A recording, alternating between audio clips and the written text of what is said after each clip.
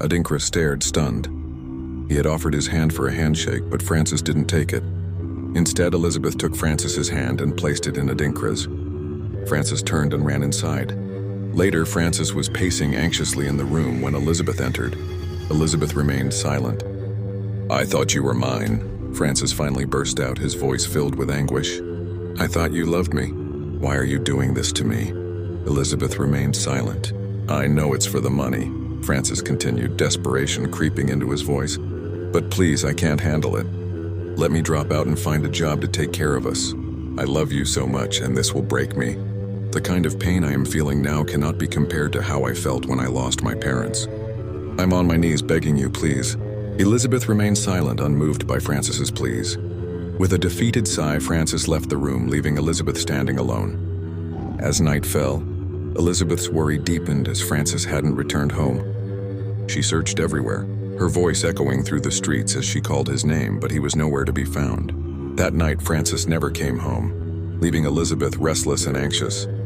He returned the next morning, his eyes cast down. "Francis, where were you?" Elizabeth asked, her voice laced with concern. "Where did you spend the night?" But Francis remained silent, refusing to answer her questions. "Hurry up and take your bath, you will be late for school," Elizabeth continued, trying to keep her voice steady. But Francis screamed. "I am not going anywhere, I am dropping out," Francis declared, his voice filled with a mix of defiance and despair. Elizabeth, shocked and hurt, turned to him and slapped him real. Elizabeth stood firm, her voice echoing with determination. "You will go and you will not drop out. You will complete the school. My suffering will not be in vain. All the money I have spent on you." Her words hung in the air, heavy with the weight of her sacrifices.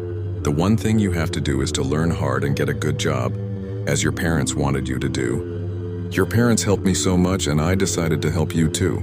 Her voice softened slightly, but the underlying steel remained.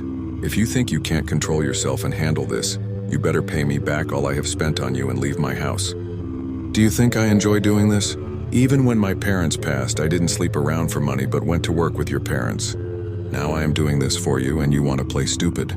Francis, tears streaming down his face, reached out to Elizabeth in apology. But Elizabeth recoiled, creating distance between them. After a moment, she calmed herself, her voice softening as she spoke again. "Listen," she began, her voice laced with regret. "I am sorry. I should have discussed this with you first, but I knew you were not going to agree to it. I am doing this for your parents. Please don't make it harder than it is." Francis's heart pounded in his chest as he reached for Elizabeth, attempting to steal a kiss. But she recoiled, her eyes flashing. "This will never happen."